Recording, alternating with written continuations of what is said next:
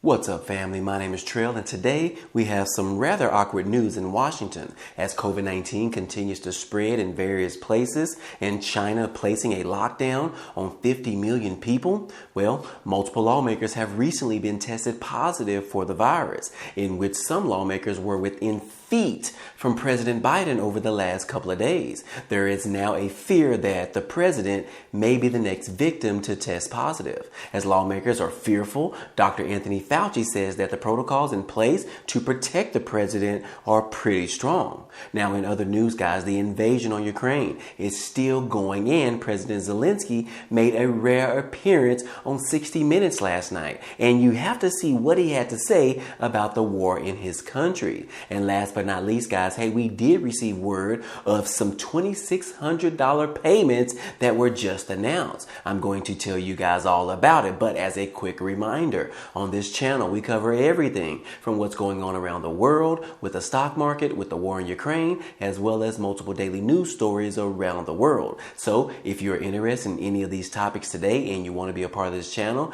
be so kind and go ahead and subscribe to it. It's totally free. And if you end up liking today's video, then go ahead and hit that like button for us. It really helps out this channel. Now let's go ahead and start with the video. Real quick, guys, I wanted to remind you guys to go ahead and sign up for that Chime bank account where you can receive that free $100. If you did already sign up, make sure that you did go ahead and set up your direct deposit of at least $200. That is the only way that you're going to receive the free $100. So guys, just as a quick reminder about the Chime bank free $100. Well, guys, over the weekend, Puerto Rico ended up having an outage in their electricity, and more than 400,000 customers were left without any power for more than like 2 to 3 days. Yes, the island's fragile electric grid was slowly recovering from its latest loss of power, potentially caused by a failed circuit breaker. As you can see, days after an island-wide power failure struck Puerto Rico in the latest breakdown of a troubled electrical grid,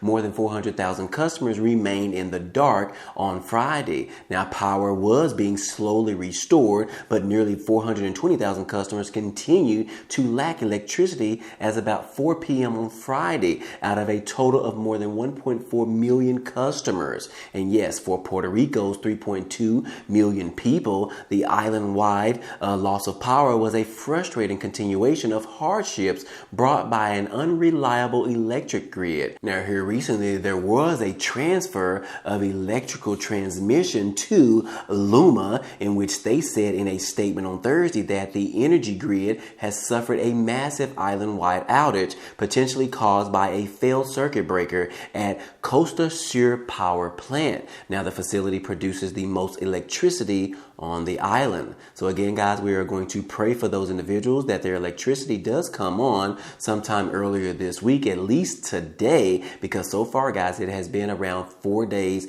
and some are still left without power. In other news, guys, hey, we did hear from a recent string of COVID cases which has hit Washington, D.C. and also hit nationwide. We told you guys recently on the video that China has put 50 million people on lockdown because of the surge in COVID-19 cases. And here in the United States, there has been a surge in COVID cases in the DC area, in which they're saying that the burst of high-profile COVID-19 cases in Washington, D.C. is highlighting the lingering threat of the COVID-19 virus. And recently, Speaker Nancy Pelosi and cabinet members, including Attorney General Merrick Garland and a string of lawmakers, have all tested positive in the recent days. Now, the cases are reminders that the virus is still circulating even as much of America moves forward from the pandemic. And in fact, experts are bracing for cases to increase in the coming weeks, given an even more highly transmissible subvariant of Omicron, known as the BA.2 variant, that is circulating widely. Now, in a statement by Crystal Watson, which is a senior scholar at the Johns Hopkins Center, said that I do think that we're going to see an uptick nationally. And also, that's the same statement that Dr. Anthony Fauci stated as well. And Washington, as well as New York and other parts of the Northeast East are already seeing upticks in cases here recently, and these particular high-profile DC cases may be a reflection of a new spike that is bound to happen. So yeah, guys, we continue to see this uptick nationwide as well as here in our own states, which is mostly we are seeing the uptick in Washington, D.C., in which people who are actually vaccinated, especially those who are actually boosted as well, have strong protection against severe disease, meaning that while they may still get infected from COVID-19, the symptoms are likely to be mild. Now, we did hear from Gottlieb, I think that's how you say the name, but Gottlieb says that President Biden and Pelosi was at the White House recently, and they were clearly in close contact with one another. So yes, Gottlieb said that at an event here recently, Biden and Pelosi shared a hug and the president kissed the congressman on the cheek. The White House quickly dismissed concerns that Biden was at risk of contracting the virus, saying that the two were not in close contact by the definitions that are set by the CDC, as they were not in close proximity for more than 15 minutes. Now, Gottlieb said that the White House characterizations shows that messaging problems that plague the agency thus far, and said that that's the problem with the CDC guidance. The CDC guidance was always bizarre. It talked about 15-minute cumulative minutes as if this radiation exposure that you have increased risk from cumulative exposure. This is binary, he said. You either catch it or you don't. Gottlieb told CBS's Face the Nation host Margaret Brennan. And Gottlieb also argued that that particular hug between President Biden and Nancy Pelosi supersedes 15 minutes of being around someone within 6 feet, and said that people must be practical about this issue at hand. Now, the White House did acknowledge that Biden could get COVID and stresses that he's actually vaccinated as well as booster shot. So guys, right now the White House is projecting that the president is in no way in fear of catching the COVID-19. But we still don't know, guys, because he did go ahead and place that kiss on Nancy Pelosi's cheek, guys. So that is in direct contact. Now, he was not in more contact more than 15 minutes. However, he did actually place that kiss, which sometimes your lips are a little bit wet, guys. So, guys, we will just have to see within the coming days whether or not the president comes down with the infection of COVID-19. Now, as far as Anthony Fauci has to say, he says that the protocols that are in place right now to protect the president are pretty strong, even though this rash of COVID cases is strong as well. So again, guys, I'll keep you posted on any news that are breaking this week as far as the president coming down with COVID-19. But I will say that we will continue to pray that he does not come down with the infection. We all remember what happened when the former president, Donald Trump, came down with the infection. So we definitely don't want to go through that again with another president in the United States. I'll keep you guys posted if anything changes. Moving on, guys. Hey, over the weekend as well, regards to the invasion on Ukraine, a missile strike in the eastern part of Ukraine ended up hitting a train station and ended up killing about 50 people that were waiting to catch the train to flee the country of Ukraine. This is completely sad, guys. These innocent civilians were simply trying to flee the country and ended up losing their lives trying to catch a train to Europe. Now, it says that here one moment they were actually packed onto platforms at the train station. Hundreds of women, hundreds of children, and old people were actually waiting to flee the country. And then the next moment, death rained from the air. Yes, guys, at least 50 people were killed and many more wounded in a missile assault on Friday morning that left bodies and luggage scattered on the ground and turned the train station into the site of another atrocity in the 6-week-old war. Now, they're saying that there are just children, guys. There are just children, even women, guys. And one woman ended up crying on a video from the aftermath. The missile struck as officials in the train station and other cities in eastern Ukraine had been warning civilians to leave before Russian forces mount what is expected to be a major push into the region, where their troops have been regrouping after withdrawing from areas like Kyiv, which is the capital. So guys, yes, this is just sad, guys. And we did hear from the President Zelensky of Ukraine, in which he said that Russia had hit the station with what he identified as a Tashika-U short-range ballistic missile, as thousands of peaceful Ukrainians were waiting to be evacuated.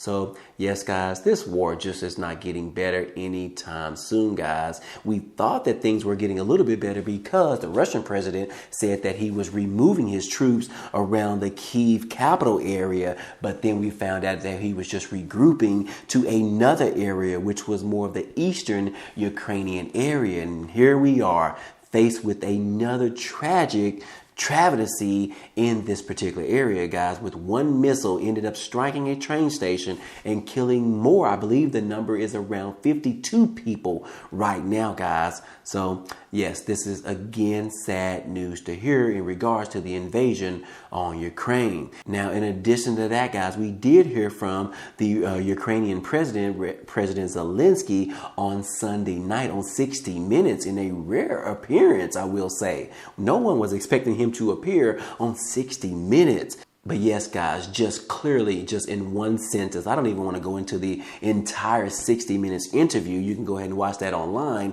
But in just this one statement, guys, President Zelensky said, "Of course, I'm ready to give my life for my country."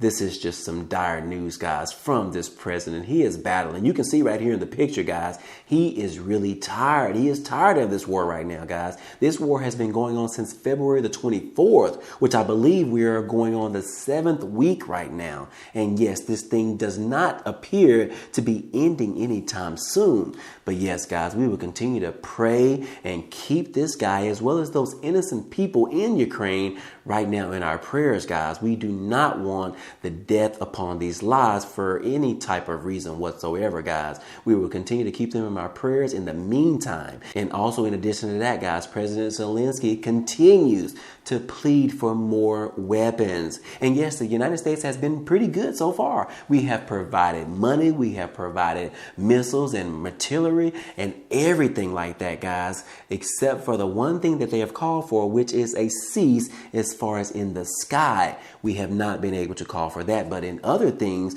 the U.S. has tried to provide as much help for the Ukrainians as possible. So yes, guys, President Zelensky continues to ask for more weapons, as well as he is also calling for an embargo on the Russian oil. Yes, Ukrainian President Zelensky asked for other nations to ban Russian energy exports, which he said are enabling Moscow's invasion of the country. He said that oil is the one of the two resources of Russian self-confidence, that their sense of impunity, he said in the late night address. Another source, gas, will also be shut down over time. It's just inevitable. Zelensky said late on Friday night that he emphasized that the need for war crimes for Russia and for more weapon support to Ukraine. British Prime Minister Boris Johnson actually met with Zelensky over the weekend in a surprise visit. So that was pretty good. And also, guys, the Russian forces are concentrating their efforts in the country's east at thousands of people that are trying to flee the region, which is what happened with the train station, guys. So again, guys, we'll keep those people in our prayers, and we will just see how this plays out over this new week that is starting today.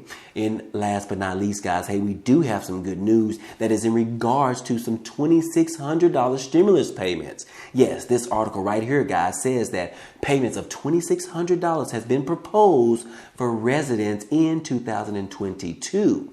Now, it says that payments of $2,600 are being proposed for some residents, and the Alaska House is currently debating the state's annual operating budget, which could put money back into residents' pockets. This past Tuesday, guys, there was a vote in favor of providing $2,600 payments to eligible residents. The funds would be in combination of a one-time energy rebate and permanent fund dividend. Now, each would be worth about $1,300 according to the Anchorage Daily News. The energy rebate would be in addition to the annual dividend checks on oil that Alaska residents already receive right now. And Alaskans are especially vulnerable to high oil prices as the state lacks the refinery operations to meet the demand of the country. And debates on the budget are expected to continue throughout this week. Alaska's fiscal year begins on July the 1st. Now, guys, if these particular stimulus payments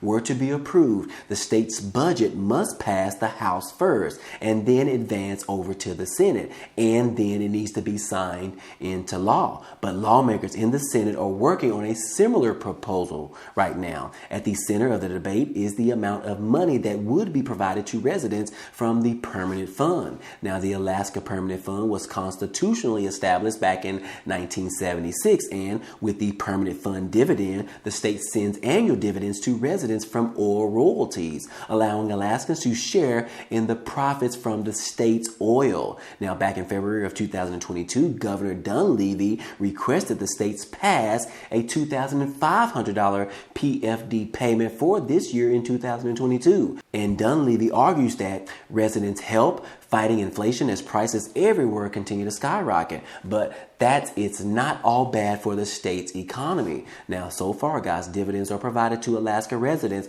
who have lived in the state for at least an entire calendar year and who plan to remain in the state indefinitely. So, guys, the fund was created to preserve the portion of the state's oil revenues for the future generations. So again, guys, hey, if this particular proposal in Alaska does pass in the House and then in the Senate and then gets signed into legislation, hey, those residents could be receiving up to $2,600. That is a huge stimulus check for Alaskans. So, guys, I hope this bill does pass because I'm assuming as other states in the United States are suffering right now, I'm sure Alaska residents are suffering as well. But anyways, guys, hey, I hope all this information in this video was helpful to you today.